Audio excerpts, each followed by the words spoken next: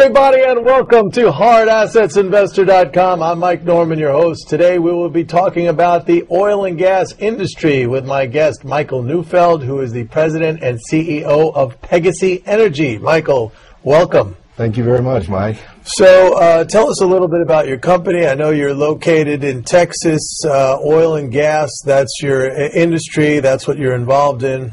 What can you add? That's correct. We're really kind of we're a small mini cap company. We're a niche player. It's hard for a company our size to get a little elbow room with some of the larger competitors who are very much in our area. I can name them from Exxon all the way down to ourselves. But we've done a lot of work in this area since 1979. I'm a geologist. I've personally worked it in depth since that point in time. So we found a series of both gas and oil pays. And the original game was to go in and drill vertical natural gas wells starting in about the year 2000. Good prices in. Oil was not on the radar. People weren't that interested in drilling the oil reservoirs at that time. We always knew we had them, Mike. That's important. Well, the price back then was, what, about $20? That's correct. Right. Gas, $6 to $8. Higher than it is now. Oh, yes. Quite a bit. That's true. And so we were quite excited about the gas back then, and that's what we set the company up on the back of. Knowing we had deeper oil reservoirs, and that's important to keep in mind because when the price scenario changed dramatically, a lot of our neighbors had to leave the area and go chase oil plays, and wisely so. They're in the Bakken, they're in the Eagle Ford, they're in the Permian Basin, and various other oil. But it wasn't just the price, it was the technology that changed everything. We had a paradigm shift with the horizontal drilling, the so-called fracking, and that's how come you see an explosion. I think rig count in the United States is at an all-time record high now, and that really has changed the game. It changed the game. You know, I love the word paradigm. It took me a while to learn how to pronounce that. It is a good word. I had to go look it up. You know, geologists aren't real excellent in English at all. That's kind of our failing grade in the university. But nonetheless, it is absolutely a paradigm shift. The technology has been around for a while, but hasn't really been exploited by the general business, small guys like ourselves. It was really the realm of the really big companies who could afford that technology. The prices come down, and sad to say, we shot ourselves in the foot. We found so much natural gas that we drove the price down. It's incredible. Well, I mean, who would have believed? Yeah. I mean, we certainly didn't believe it. I remember even Boone Pickens, very well known in the industry, saying he'll never see gas at $2 again in his lifetime. And he's still around, and we're seeing it. Boone's a smart guy. He's been around a long time, and he's very successful.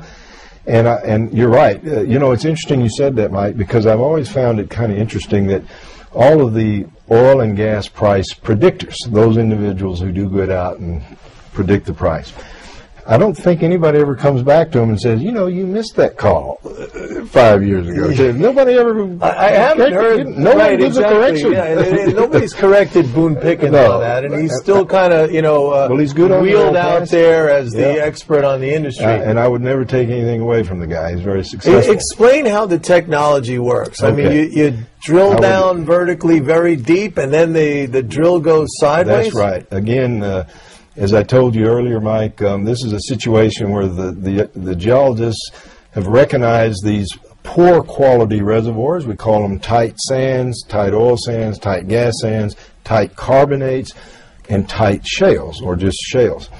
Well, in the old days, we used to build a basin analysis, we call it. We would go look at the source rock, number one. Was there oil and gas created in this basin? And then we looked for the reservoirs and the traps. That's old school. Today, we go straight for the source rock. Knowing a basin that has historic conventional production, there had to be a source rock. So we go in there and we start looking at those. And now with this technology, which, as you asked for me to describe, we typically will drill a vertical well as a pilot hole to look at what we've got. Then we choose which zone that we're interested in, whether it be a shale or, in our case, tight oil sands or tight gas sands. And then we either set a string of pipe that we mill a hole in with some very nice tools called whipstocks, open hole or cased hole whipstocks, which actually allows you to turn the bit mill out that piece of steel, if you set steel, and then start building an angle. Now, you can't take a hard right turn. You kind of did this. That's not the way it works. Okay. You build a curve.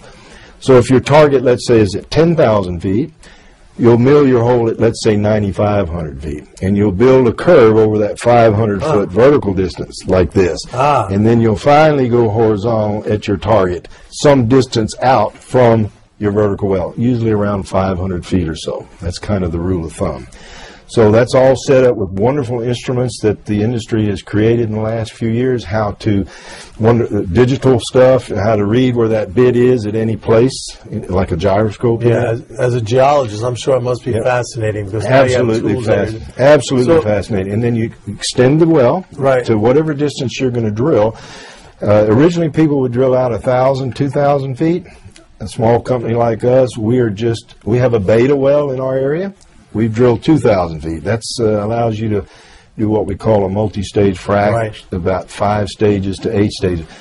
As you get more mature in a basin and you have more money to drive that, you can go out 3, 4, 6, 8, 9, 10,000 feet. The big players in the Bakken, which you've probably heard of, they're going out 9, 10,000 feet doing 30, 40 stages. Now, fantastic we technology. saw what this technology did. You mentioned it to the price of natural gas. We suddenly found so much natural gas. Is the same thing likely to happen with oil?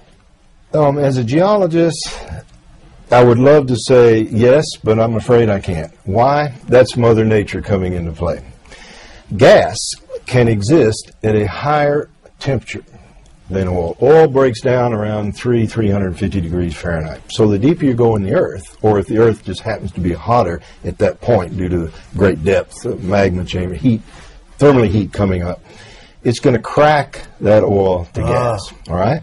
So we have what we call a liquid window. So there is only a liquid window under the earth that allows oil to exist. So that's somewhat more finite than gas. The gas window is greater, both shallow and deep.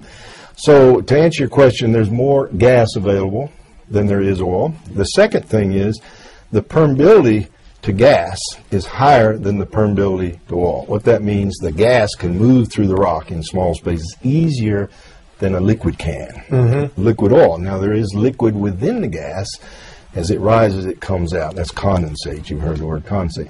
So to answer your question, unfortunately, I don't believe we're going to find as much oil as we have gas and drive the price down. I think we use a lot. I'd love to see us on par with that, produce, and use what in the country, domestic. That'd be wonderful. So it sounds like the price outlook for natural gas might stay kind of down around where it is right now, maybe a little bit slightly higher, but no rebound up to the levels we saw 5 or 6 years ago. That's correct, and that comes around to the circle that I have absolutely no control of, called consumption. We're in a panic about our natural gas supplies. Several years ago, we really encouraged the building of coal generation. We got up to $14, right? That's right. Gas price went up. That inhibits the power generation industry to move away from gas because they worry about source. They've always worried about source, supply. And so they moved to coal, not particularly, I'm biased, of course. I'm a natural gas guy. Coal's wonderful. It's a great energy source. We have a lot of it in this country. It's not going away. However, I think because of the environmental issues, we're moving more towards gas. Is that going to solve our problem? I don't think so. I think we need to move to gas consumption in the automobile and the trucking side. Do you see that happening in any sort of a quantity, of a magnitude, that it would really have a strong effect on the price? I think it's going to be a slow gain. Our wonderful government pushes the battery. Well, takes energy to make that battery, by the way. Right. But nonetheless, me personally, I'd rather pull up to a fueling station and put LNG or compressed natural gas in my vehicle and run an internal combustion engine than hook up to a power supply and plug it in. I mean, that's just me. What will the consumer do? Whatever's the cheapest, most convenient, that works. I mean, if you're going to go from A to B and you're worried about having a stopping place to refill your car or recharge your battery, who fills that void? And that's what we need. What about LNG? I understand in this country we don't have a lot of LNG facilities. That's so correct. Our ability to make that is kind of limited, and maybe develop that as an export market. Well, I think that's a good question, Mike, because as you probably are aware, we were so worried about our gas supply, pre-horizontal multi-stage fracking, that we started building gasification plants at several points around the U.S., both East Coast and Gulf Coast, and I believe the West Coast, to receive LNG, gasify it, stick it into our wonderful pipeline grid, which we're blessed to have a very good system in this country. Now they're reconverting those. They're actually putting in compression and taking our natural gas, compressing it, liquefying it, and beginning to export that. Several key players, I think Cheniere is one, is beginning to do that. So that'd be wonderful. I mean, the greatest gift we could have in this nation is to be self-sufficient. And where is that going to? Is that China? Is that emerging economies? I think Japan is a big market for that. Europe, to a certain extent. China, I would say. Yes, those are the big markets. Europe is probably won't have the type of natural gas in their shales that we have. They're starting to explore for it in Poland and places like that. Germany, I believe, some in Austria. We'll see, but I think we're kind of blessed with that right now. All right. Well, an abundance, as we know, of natural gas. And where do you see quickly the price of oil in the next year or two? Well, I'm not Boone Pickens. I'm a little more inhibited to throw a number out there. I promise we won't come back. Okay, say, you won't come back and hunt me down. Well, you know, I tell you what, I think my contemporaries in Houston would not like me to say this. I may not be able to go back home for a while. I personally wouldn't mind seeing $70 oil in this market. Two things. Number one, we can get an adjustment of service industry cost, and it'll help the consumer. Absolutely. Those are two things I think I would like. We can make money at $70. Great for your industry and great for the economy. Absolutely. Right. Michael, thank you very much. Pleasure to have you here. Thank you, Mike. All right, that's it for now. Michael Neufeld, I want to thank him. Pegasi Energy, this is Mike Norman. See you here next time. Bye-bye.